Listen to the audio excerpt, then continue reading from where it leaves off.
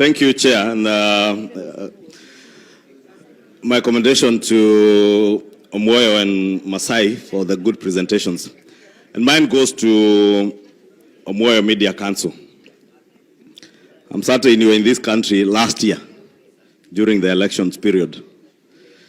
And I do know there are various complaints that were lodged before the Media Council, especially against particular media houses, more specifically Kameme FM and certain stations, vernacular stations of Royal Media Services. I can hear someone shouting one of them. Inoro FM. And I am sure Honorable Jane is shouting Inoro because she shares the same vernacular that I do.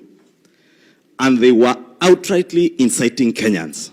And complaints were filed with the Media Council. And that I'm aware.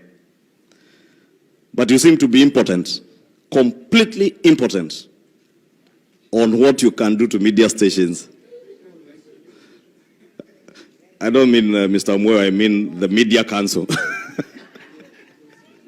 The Media Council seems to be impotent. Do you have powers? Or is there anything the National Assembly can help you in terms of legislation to ensure you get teeth to bite? So that we don't have media stations and particular journalists. And in fact, if you go to the media stations, it is not the station itself. It is particular journalists who are inciting ethnic hatred, profiling ethnicity, people along their ethnicities, on air, and saying unpalatable things, things that even you, if you could listen to the Kikuyu language, or if you understood it, you would not want to hear being said of other Kenyans.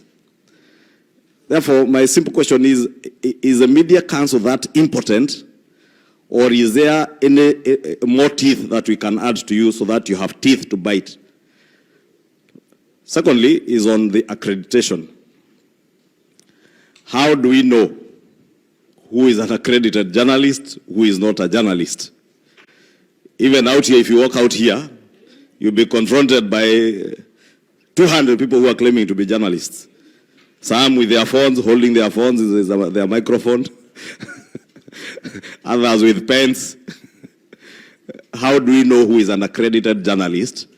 Because again, you don't seem to be enforcing the issues of probably an accreditation badge that would have a serial number, like a police service number or something, that would tell an ordinary Kenyan or a member of parliament, this is an accredited journalist that I can deal with.